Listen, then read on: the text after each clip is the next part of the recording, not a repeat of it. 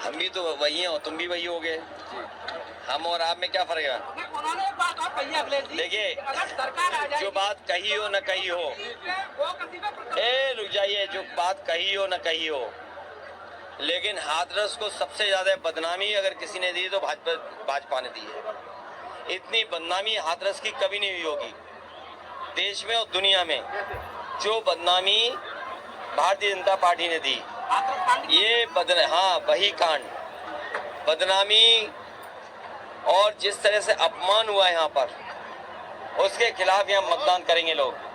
और सबसे बड़ा सवाल ये है कि किसानों की आय दोगुनी के बारे में क्यों नहीं सरकार कुछ बोल रही है?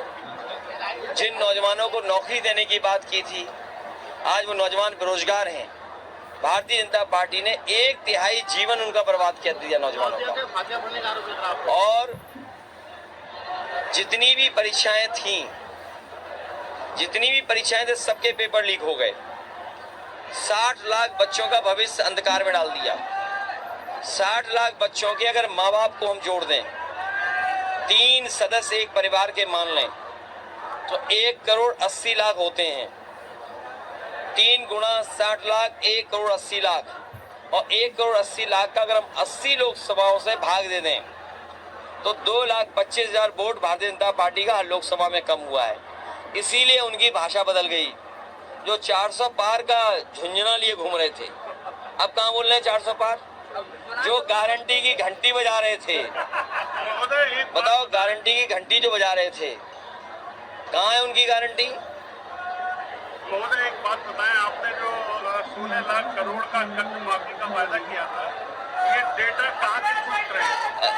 बहुत सिंपल है। आज के जमाने में गूगल पे बटन दबाइए और ये कहिए कि भारत सरकार ने जो नियम बनाया था कि 5 करोड़ से ऊपर जिन उद्योगपति, जिन कारोबारियों पर बैंकों का कर्ज है वो माफ होगा। और आप गूगल कर लें, हम आप सब खड़े हैं, अगर गूगल करके देखेंगे आपको सब पता लग जाएगा। 16 लाख करोड़, अगर ये 16 लाख करोड़ उद्योगपतियों का 10 साल में माफ कर सकते हैं, तो किसानों का कर्ज माफ करने में क्या दिक्कत है? नहीं। और याद रखना, जो विकसित यात्रा की है, ये प्रधानों के पैसे से विकसित यात्रा हुई है। जिस दिन हमारा किसान खुशहाल हो जाएगा, उसी दिन भारत विकसित हो जाएगा। इससे पहले भी गठबंधन सरकार हुई थी, हत्याकांड हुआ था, उस परिवार के लिए अभी तक न्याय नहीं मिला है। मैं भरोसा दिलाता हूँ, उनके लिए नौकरी के लिए, आवास के लिए कहा था, अभी तक लोग न्याय नहीं मिल पाया है। उसके बारे में क्या कहना चाहेंगे? योगी होकर के झूठ नहीं बोलना चाहिए। अगर कोई व्यक्ति योगी कहे अपने आप को, तो उसको सच ही बोलना चाहिए। तो न केवल एक परिवार, ऐसे बहुत सारे परिवार हैं। यहाँ कुशवाहा समाज के यहाँ हत्या हो गई 2-2, न दोषी पकड़े गए, अन्याय हो रहा वो अलग, झूठे मुकदमे लग गए वो अलग, और उन परिवार की मदद भी कोई सरकार ने की। इसलिए हमने आश्वासन दिया है कि उन परिवारों की मदद करने का काम समाजवादी लोग करेंगे। मेरे पत्रकार साथी, मैं तो आपके माध्यम से और आपके माध्यम से जो स्टेटमेंट ये और जिसपे ये सवाल पूछ रहे हैं, मैं अपने दिल्ली के चुनाव आयोग से कहूंगा कि जिसने भी इस तरह की बात कही है उसके खिलाफ FIR दर्ज हो और उस पर कार्रवाई इलेक्शन कमीशन करे। राष्ट्रपति महोदया को जिन इन्विटेशन आया राम मंदिर जाने का, उसको लेकर क्या कहेंगे चुनाव के समय में? ये PDA को दुश्मन मानते हैं भारतीय जनता पार्टी के लोग। PDA को दुश्मन मानते हैं।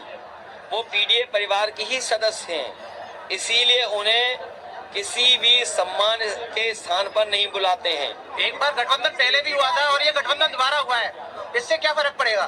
फर्क ये पड़ेगा, अनुभव बहुत कुछ चीज सिखाता है। अनुभव जो मिला है वो ये अनुभव है कि इस बार भारतीय जनता पार्टी का सफाया कर देंगे। 2014 से पहले आ रहा है तक ये कह रहे हैं कि आप परिवारवाद में पूरी तरह से जकड़ गए, पड़ गए हैं। 2014 से जो पहले की सरकार थी वो बताया है। ये पहले ये बात तो बीजेपी को समझना चाहिए कि ये संघर्ष का परिवार है और सेवा के लिए परिवार पूरी जिम्मेदारी से परिवार लगा हुआ है। कम से कम उनके परिवार जैसा तो नहीं है, झूठ बोलता हो, वादे झूठे करता हो, और सबसे खतरनाक परिवार उनके साथ है जो कभी कभी समाज को बांटता है, और आरक्षण को खत्म करना चाहता है और संविधान को खत्म करना चाहता है उनका परिवार। देखिए, वोट चाहिए।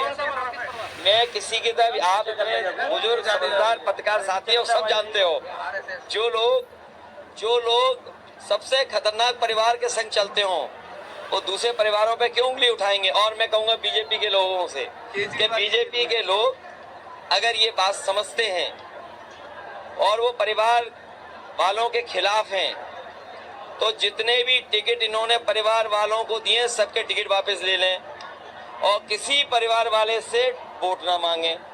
तो कितने वोट मिलेंगे उन्हें? ये तो ईवीएम बताइए।